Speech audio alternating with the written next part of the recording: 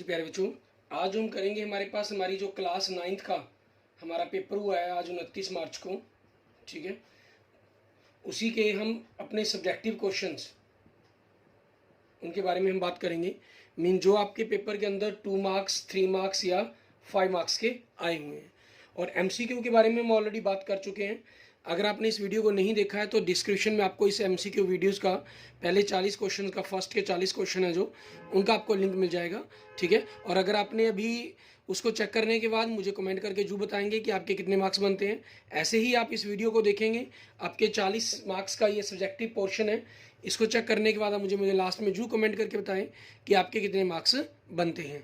ठीक है, और फिर मैं आपको इसमें कुछ बताता भी जाऊंगा कुछ क्वेश्चंस के बारे में जिनके लिए आपको 100% ग्रेस मार्क्स मिलेंगे।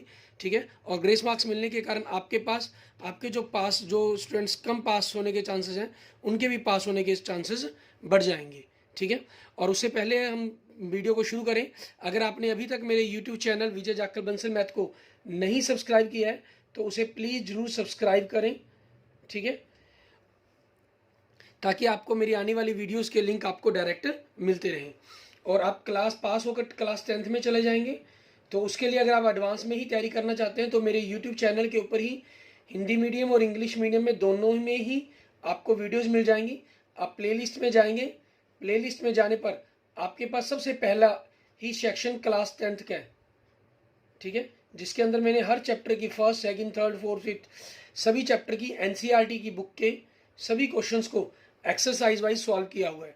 आप वहाँ से अपनी एडवांस तैयारी क्लास की शुरू कर सकते हैं ताकि जब स्कूल में आपकी 10th क्लास की पढ़ाई स्टार्ट हो उससे पहले आप अपने सिलेबस को काफ़ी कवर कर पाएँ। क्लियर। अब उसके बाद हम बात करते हैं हमारे पास हमारे 2 मार्क्स के क्वेश्चंस की हम स्टार्ट करेंगे हमारे पास। और चैनल को नहीं सब्सक्राइब किया तो उसको जरूर सब्सक्राइब कर दें।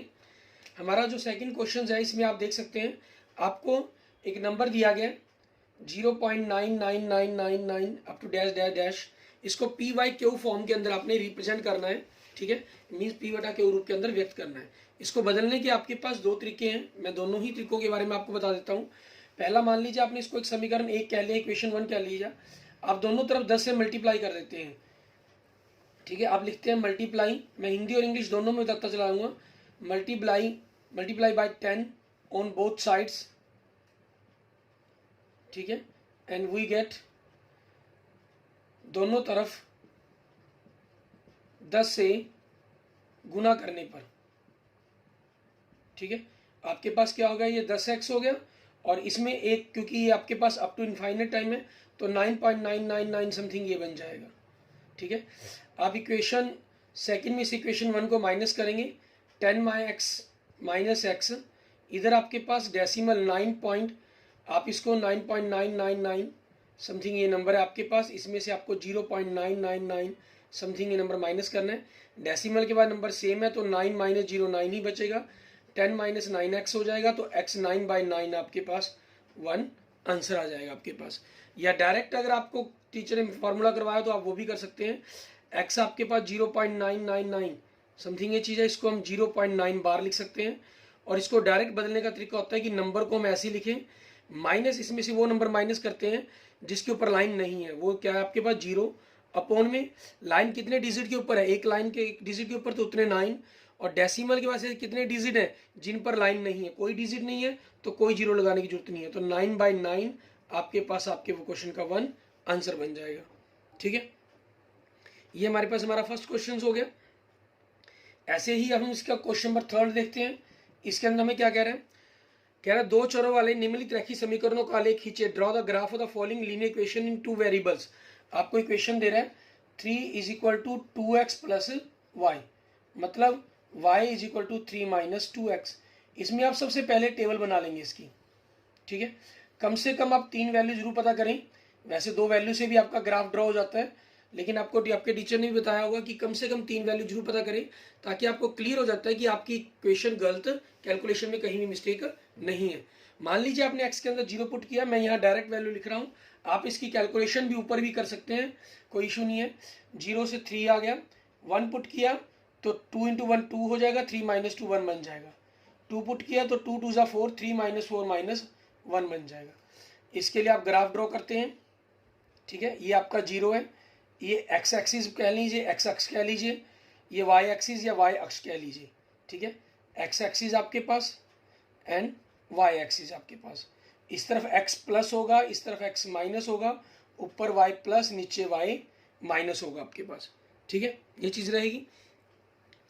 अब 1 2 3 4 हमने क्योंकि 2 तक की वैल्यू पुट की है उसके अकॉर्डिंग रख लेंगे।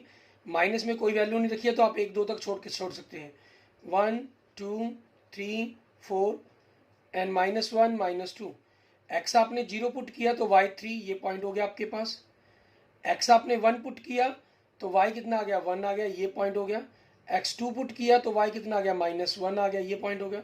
इन तीनों पॉइंट से ग्राफ में लाइन ड्रॉ करते हुए आप खींच देंगे, ये आपके पास आपका आलेख मतलब ग्राफ आपका ड्रॉ हो जाएगा।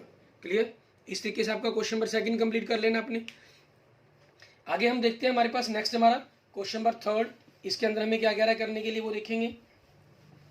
क्वेश्चन नंबर 3 के अंदर आपके पास, सॉरी 4th के अंदर, 2nd और 3rd क्वेश्चन था ये। क्वेश्चन नंबर 4 क्योंकि क्वेश्चन नंबर 1 आपका एमसी के ऊपर बेस्ड क्वेश्चन है।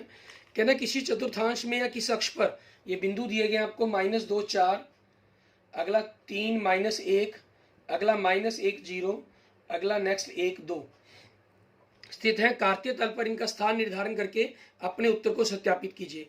इन विच क्वाड्रेंट और on which axis do which each the points this lie and verify your answer by the locating them on the Cartesian plane। इसमें आपके पास देखेंगे आप इनको कार्टेशियन प्लेन के अकॉर्डिंग करके कुछ देखें, आपको डायरेक्ट वहां से क्लियर भी हो जाएगा ये चीजें। एक्स की वैल्यू आपके पास 3 तक जा रही है तो कम से कम 3 तक भरें, माइनस में 2 तक है तो 2 तक जरूर लगाएं, ठीक है। और y का मान प्लस में 4 तक जा रहा है तो 4 तक मान को जरूर दिखाएं। और ये दूरियां बराबर होनी चाहिए, डिस्टेंस बराबर होनी चाहिए। माइनस में ये -1 तक जा रहा है, चल जाएगा हमारा काम।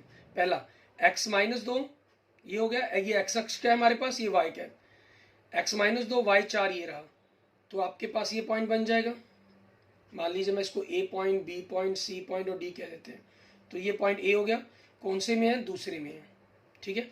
आप इसको लिख देंगे, x 3 हो गया, y -1 हो गया, ठीक है। ये पॉइंट बन गया आपके पास, ये बी पॉइंट हो गया क्योंकि ये देखो फर्स्ट है, ये सेकंड, ये थर्ड, ये फोर्थ आपके पास, तो बी पॉइंट आपके पास किस में आ गया, फोर्थ में आ गया आपके पास, ठीक है। क्वाड्रेंट कह लीजिए या चतुर्थांश कह लीजिए, वो एक ही बात है। x -1 और y 0 ये यहीं रह गया आपके पास पॉइंट सी, ठीक है। मीन्स किस पर आपके पास ये x एक्सिस पर, ठीक है, x एक्सिस पर। हिंदी में यूँ लिख देंगे और इंग्लिश में हम लिख देते हैं on x axis. x1 y2 तो कहाँ पहुंच गया ये पॉइंट डी आपके पास, आपके पहले चतुर्थांश के अंदर, ठीक है। मीन्स आप इसको चतुर्थांश कह लीजिए या इंग्लिश में इसको क्वाड्रेंट लिख लीजिए, वो आपकी चॉइस पर डिपेंड करता है, ठीक है। कोई इशू नहीं है इस चीज़ के अंदर। क्लियर? इस तरीके से आपका ये आपका 4th क्वेश्चन हो जाएगा। टू डू मार्क्स के क्वेश्चन थे आपके, बड़े ही इजी क्वेश्चंस आए हुए हैं। क्वेश्चन नंबर 5 देखें, बड़ा ही इजी क्वेश्चन कह रहा है, एक नियमित पंचभुज की भुजाओं द्वारा वृत्त के केंद्र पर बनाया गया कोण ज्ञात कीजिए। एक नियमित पंचभुज है, ठीक है। आपके पास मान लीजिए एक सर्कल है, उस सर्कल के अंदर की तरफ हम एक रेगुलर पेंटागोन की ड्राइव कर लेते हैं हमारे पास, ठीक है। उसकी साइड्स के द्वारा जो सेंटर पर सर्कल बनाया जाएगा वो बताना है आपको, ये, ठीक है। अब आपके पास ये जो पूरा कंप्लीट एंगल है वो कितने का बनता है, 360 डिग्री का बनता है। और आप इसमें पंचभुज की जो साइड्स होंगी n नंबर ऑफ साइड्स मतलब वो कितनी है 5, ठीक है। सो एंगल मतलब आपका कोण कह लीजिए 360/5 72 डिग्री। मीन्स ये आपके पास 5 टुकड़ों में बढ़ जाएगा और हर कोण 72 डिग्री का होगा, क्योंकि ये आपके पास रेगुलर पेंटागोन है जिसके अंदर ये सारी की सारी जो साइड्स हैं वो आपस में बराबर है आपकी, ठीक है। ये बड़ा ही इजी सा क्वेश्चन आपका। एंड नेक्स्ट देखेंगे क्वेश्चन नंबर 6। इसके अंदर आपको क्या कह रहा है, एक क्रिकेट मैच में एक महिला बल्लेबाज खेलेगी 30 गेंदों में से 6 बार चौका मारती है, ठीक है। नंबर ऑफ बॉल्स, ठीक है। आपके पास इसमें क्या कह रहा है, शी प्ले, कितनी बॉल्स उसने खेली, 30 बॉल्स, ठीक है।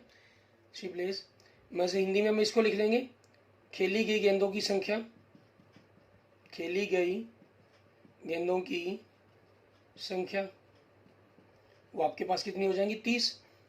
अच्छा, hit the boundary, hit the boundary वो आपके पास कितनी कही है 6 में, जहां पर बाउंड्री को चौका मारा गया मतलब, ठीक है, चौका मारे जाने की आप कह लीजिए। और उसके बाद आपके पास हिट द बाउंड्री कह लीजिए, या मतलब कि आप इसको चौका मार लीजिए, जो मर्जी शब्दों में लिख सकते हैं। ये आपके पास नंबर ऑफ इवेंट कह लीजिए, इवेंट आपका हिट द बाउंड्री, ठीक है, सॉरी इसके अंदर इवेंट आपको अलग दिया गया है। इवेंट किसकी प्रोबेबिलिटी निकालने के लिए कहा है, चौका न मारे जाना, नॉट हिट द बाउंड्री, ठीक है, नॉट हिट द बाउंड्री मतलब चौका न मारा जाना। तो नंबर ऑफ इवेंट कितने हो गए, टोटल 30 बोले थी, 6 पर चौके मार दिए तो 24 बॉलों पर चौका नहीं मारा, तो आपकी प्रोबेबिलिटी कह लीजिए या प्रायिकता कह लीजिए, वो क्या हो जाएगी, number of event upon number of sample space. ये इनको आप जिस भी तरीके से आपको फॉर्मूले में करवाए होगा उस तरीके से लिख सकते हैं। अनुकूल परिणामों की संख्या, ठीक है, बटा में कुल परिणामों की संख्या, संभव परिणामों की संख्या, ठीक है, जैसा भी आपको कहा गया होगा। नहीं भी आप लिखते हैं तब भी कोई इशू नहीं है, आप डायरेक्ट प्रायिकता बराबर में 24/30 लिखते हैं, वो भी आपके पास आपका ठीक माना जाएगा। 6 से कट के 4/5 आपके क्वेश्चन का आंसर आ गया। क्लियर। इसके बाद देखते हैं हमारे पास हमारा नेक्स्ट क्वेश्चन, क्वेश्चन नंबर 7, ठीक है। क्वेश्चन नंबर 7 में आपके पास क्या चीज है, इसके अंदर आपके पास हमें गुणनखंड बनाने के लिए कहा गया है x³ plus 13x² plus 32x plus 120, ठीक है। इसको कई तरीके हैं, सबसे पहला तो हिट एंड ट्रायल मेथड आपका, आप x = -1 ठीक है, ऐसी कोई वैल्यू 2 -2 रखकर देखते हैं, जिससे आपका ये 0 बन जाता है। जिन जिन पर 0 बन जाएगा, ठीक है, आप जैसे इसके अंदर ये 20 है तो इसमें आपको बताया गया होगा कि x 20 है तो इसके गुणनखंड क्या बनते हैं 1 2 4 5 10 और 20। तो आप इसके अंदर 1 -1 2 -2 4 -4 5 -5 10 -10 20 -20 ये रखकर देखिए, और इनमें से जिस पर भी आपके मान पर ये 0 बन जाएगा आपका, ये मान लीजिए मैं इसको px मान लेता हूँ, ठीक है, तो आपके पास वही 3 इसके 0 हो जाएंगे, 0 हो जाएंगे, और उससे आप इनके रिजल्ट्स निकाल लेंगे, ठीक है। दूसरा तरीका बनता है कि आप इसमें से एक ही, अब इसमें इस तरीके के अंदर बता रहा हूँ क्योंकि ये सारे प्लस के हैं, तो आप इन प्लस वालों को तो कैंसिल कर सकती हैं, ठीक है, आप प्लस वालों को कैंसिल कर सकते हैं क्योंकि प्लस से आपका प्लस ही आएगा, कभी 0 नहीं बनेगा। सिर्फ माइनस वालों पर चेक कर सकते हैं, ठीक है। दूसरा आप सिर्फ एक पता कर लीजिए, मान लीजिए आपने x = -1 रखा और p -1 रखने पर आपका 0 आ गया, तो x + 1 क्या होगा, इसका एक गुणनखंड बन गया। तो आप px को means x³ plus 13x² plus 32x plus 20, इसको x + 1 से भाग कर लीजिए। भाग करने पर आपके पास जो भी बना मान लीजिए बचा, ठीक है, इसके अंदर आप इसके आगे गुणनखंड लाकर सॉल्व कर लेंगे, ठीक है। फिर आगे आप इसके गुणनखंड बना लेंगे, तो ये बनेंगे x + 2 x + 10 आपके पास। क्लियर। एक तरीका दूसरा आपका ये बनता है, और तीसरा तरीका आप इन्हीं से यहीं से गुणनखंड बनाने की शुरुआत कर देते हैं, ठीक है। कैसे, मैं आपको वो बता देता हूँ। अगर आपने इनमें से कोई तरीका किया हुआ है तो डिस्क्रिप्शन में आपको एक वीडियो का लिंक मिल जाएगा, ठीक है, जहां आपसे आप इसके, क्योंकि 2.4 एक्सरसाइज का ये 5th क्वेश्चन है, ठीक है ना, 2.4 एक्सरसाइज का 5th क्वेश्चन है, उसका लिंक मिल जाएगा आपको 5th क्वेश्चन का। आप इसको, मैंने वहां पर वीडियो के अंदर हर टाइप से इसको सॉल्व करके बताया हुआ है, यहाँ मैं आपको एक नए मेथड से सॉल्व करके बता रहा हूँ, ठीक है। आपने हो सकता है इस तरीके से भी इसको सॉल्व किया हो।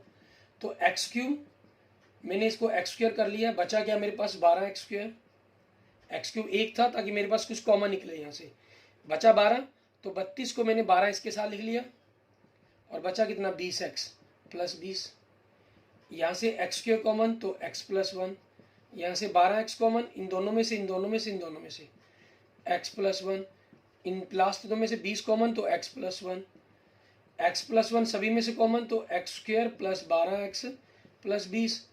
अब आपके पास ये पोर्शन जो गुणनखंड पता करके आपके पास आया वो यहाँ से डायरेक्ट आपके पास आ गया। गुना करके 20 आए, जोड़कर 12 आए, ऐसे हमें गुणनखंड ढूंढ रहे हैं, तो 10 और 2 बन जाएंगे, 10x और plus 2x plus 20।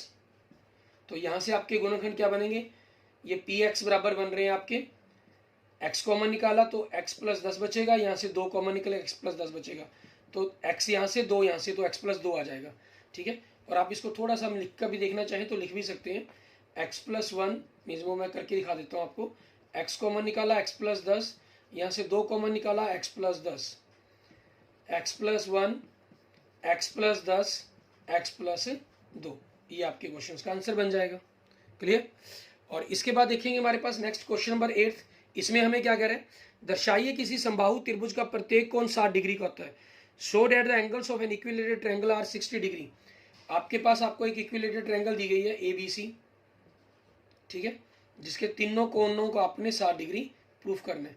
Means given के अंदर क्या चीज है, triangle ABC is an equilateral triangle, मतलब त्रिभुज ABC एक समबाहु त्रिभुज है, ये आपको, ठीक है। और टू प्रूफ के अंदर मीन्स सिद्ध क्या करना है आपको, angle A is equal to angle B is equal to angle C is equal to 60 degree, तीनों को मुझे इक्वल प्रूफ करना है। तो प्रूफ देखेंगे हम इसका, ट्रायंगल ABC में AB is equal to BC is equal to CA, ये आपके पास गिवन हो गया, ठीक है, क्योंकि आपको, और इक्वल साइड की अपोजिट साइड्स क्या होती है, इक्वल, ठीक है, opposite angles of equal sides are equal, ठीक है। मतलब आपके पास बराबर भुजाओं के सम्मुख कोण, बराबर भुजाओं के सम्मुख कोण बराबर होते हैं, ठीक है, ये आ जाएगा आपके पास। इसका मतलब आपके पास क्या कंसेप्ट बना यहां पर, अगर हम देखेंगे AB के सामने कौन कौन सा C, BC के सामने कौन कौन सा कोण है A, और AC के सामने कौन सा कोण बनेगा, angle B। But angle A plus angle B plus angle C is equal to 180 degree. आप यहाँ पे इसको x सेलेक्ट कर सकते हैं माना, ठीक है, सभी की जगह x रख दिया 180, तो 3x बराबर में 180, तो x कितना हो गया 180 बटा में 3, 60 डिग्री, ठीक है। इसमें कई क्वेश्चन ऐसे आए हुए हैं जो मैंने आपको पहले जो वीडियो बनाई थी इंपॉर्टेंट क्वेश्चंस के ऊपर क्लास 9th की, ठीक है, उसमें बताया था मैंने, वाकई ये क्वेश्चन तो मैंने बिल्कुल क्लियर किया था कि ये क्वेश्चन आपका इंपॉर्टेंट है। और 2.4 के अंदर भी मैंने क्वेश्चन नंबर 4th और 5th कहे थे, ठीक है, कि ये इंपॉर्टेंट क्वेश्चन है आपके पास। ऐसे ही और कई क्वेश्चन थे आपके पास, ठीक है, जिनको इंपॉर्टेंट बताया गया था और वही सेम पेपर के अंदर आए हुए हैं। तो जिन्होंने वो वीडियो देखी होगी उनको जरूर फायदा हुआ होगा, ठीक है। अगर आप में से किसी ने वीडियो देखी है तो मुझे जरूर बताएं कि सर हमने इंपॉर्टेंट क्वेश्चंस की वीडियो देखी थी जिसके कारण हमें ये बेनिफिट हुआ, यस आई वॉच, इस प्रकार से मुझे जरूर जानकारी दें उसकी, ठीक है। और इसके बाद देखते हैं हमारे पास हमारा नेक्स्ट क्वेश्चन, क्वेश्चन नंबर 9। इसके अंदर आपको क्या करने के लिए कहा है इन्होंने,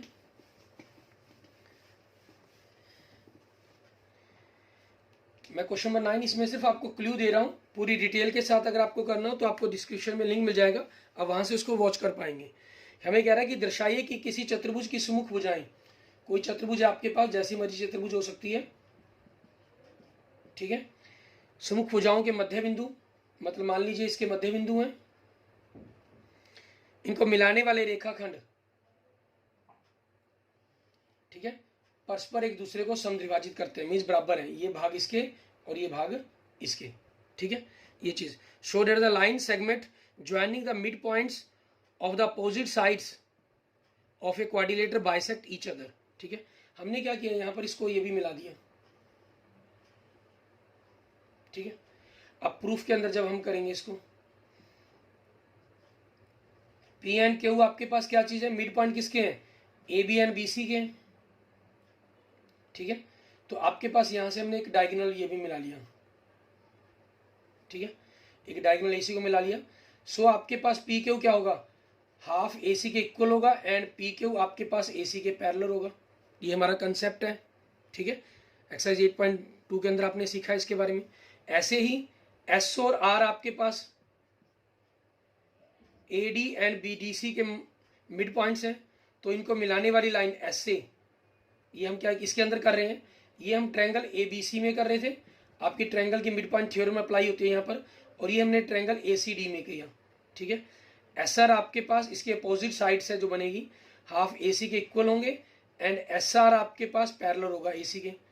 तो फर्स्ट एंड सेकंड से आपके पास क्या हुआ, PQ और SR आपस में पैरेलल है एंड PQ और SR आपके इक्वल है। तो PQRS इसे पैरेललोग्राम बन जाएगी, एक समानांतर चतुर्भुज बन जाएगी, ठीक है।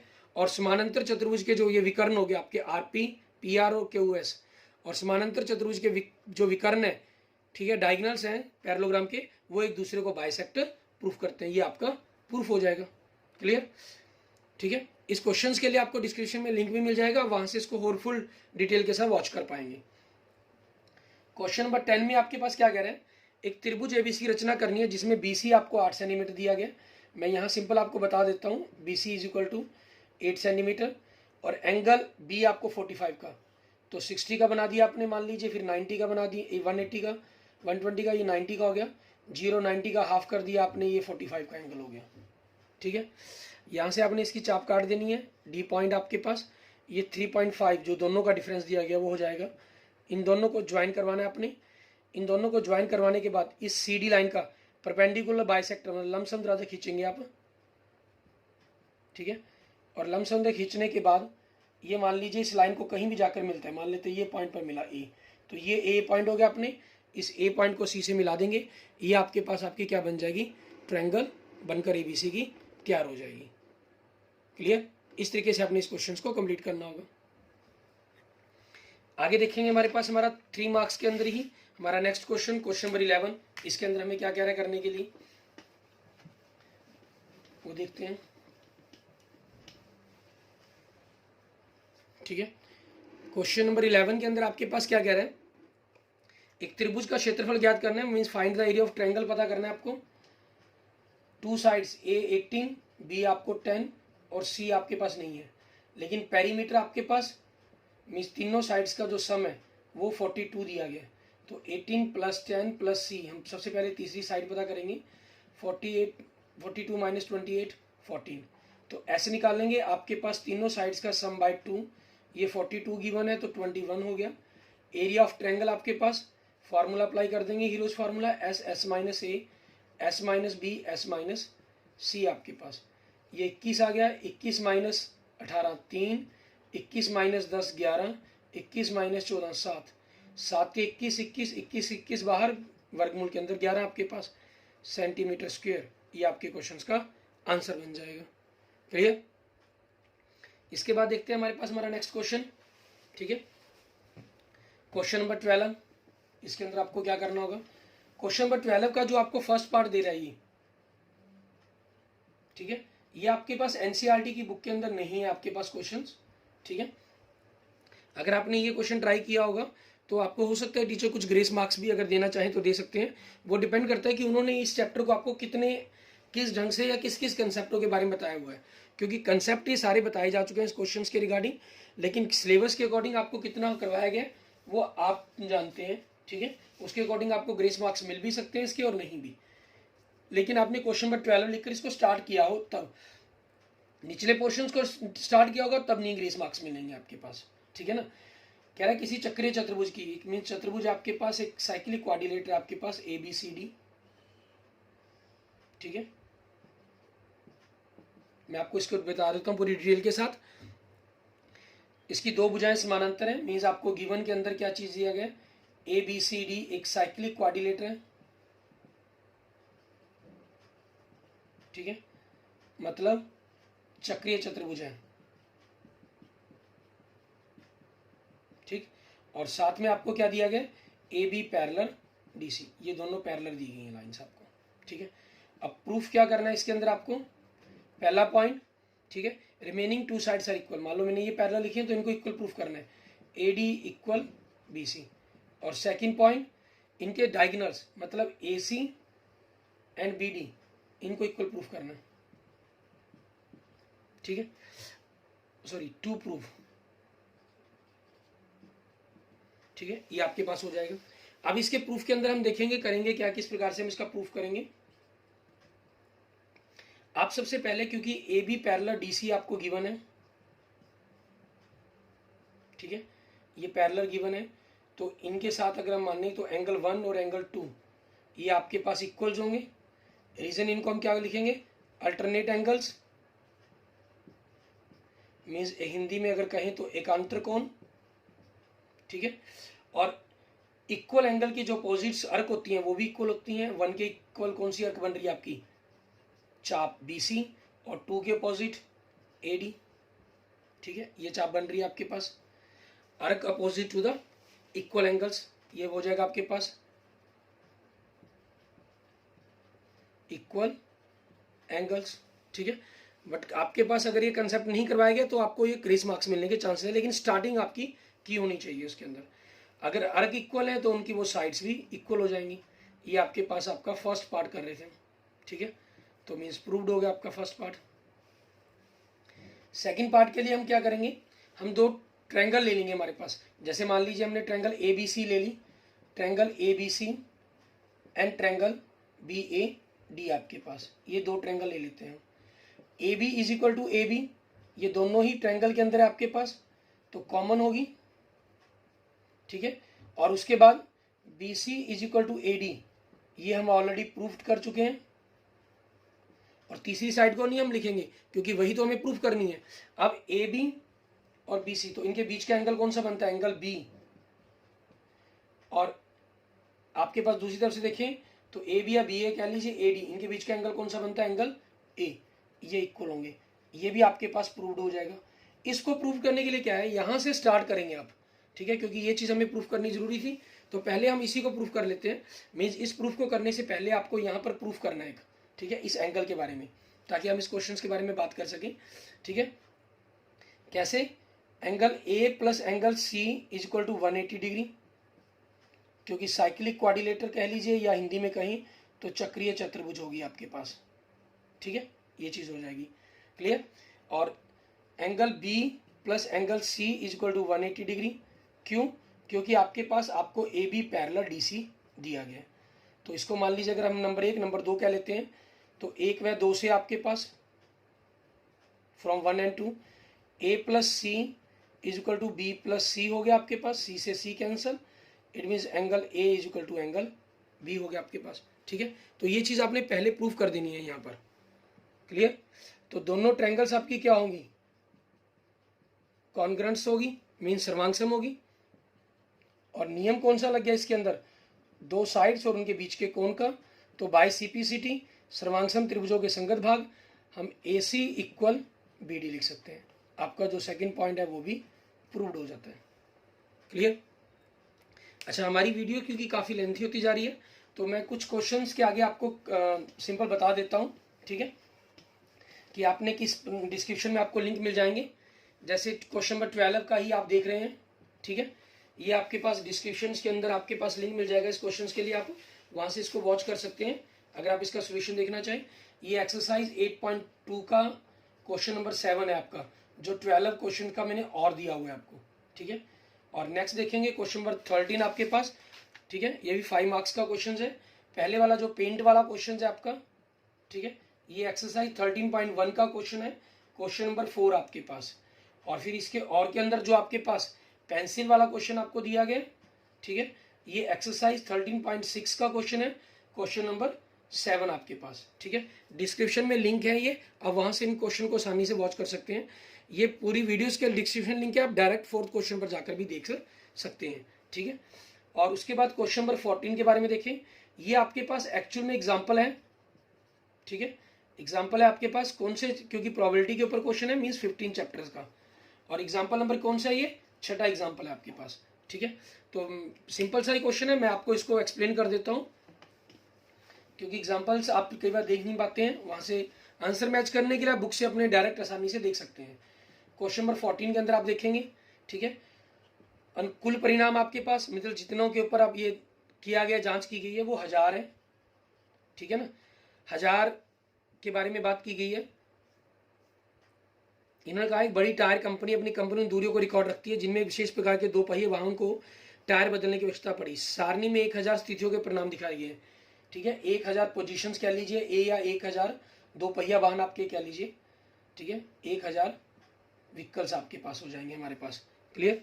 ये आपके पास हो जाएगा, जिसके अंदर इन्होंने अपने सारे के सारे सिस्टम्स के बारे में हम कहीं वो बताया हुआ है कि किस प्रकार से उसको टेबल शो करना है। 1000 रिपोर्ट्स कह लीजिए आप इसको, वो सबसे कॉमन शब्द हो जाएगा आपके लिए। तो नंबर ऑफ एस आपके पास कितना हो गया 1000। अब इसके फर्स्ट पार्ट में इवेंट देखिए आपको क्या कह रहा है, ठीक है। It will need to replace before it has covered 4000 kilometre, 4000 up to 4000 kilometre. अब 4000 किलोमीटर वाले कितनी है, ये तो 20 है, डायरेक्ट ही टेबल में दिया गया, तो इसकी प्रोबेबिलिटी कितनी हो जाएगी 20 बटा में 1000 मीन्स 2 बटा में 100, अगर आप काटेंगे 1 बटा 50 या 0.02, जो भी आपने आंसर लिखा होगा उसके अकॉर्डिंग आपका आंसर सही हो जाएगा। सेकंड में क्या कह रहे हैं आपको, मोर देन 9000 मतलब 9000 किलोमीटर से ज़्यादा, ये इवेंट है आपका, घटना ये, तो इनकी संख्या कितनी बनेगी, 9000 से ऊपर 14000 तक 325 है, और 14000 से ऊपर वो 445 है, वो भी तो 9000 से ऊपर है, तो इनको जोड़ा आपने 770 आ गया। तो इनकी प्रोबेबिलिटी क्या बनेगी 770 बटा में 1000, जीरो कट गई तो 77 बटा 100 आ जाएगा, दशमलव में निकाला होगा तो 0.77 आपका आंसर बन जाएगा।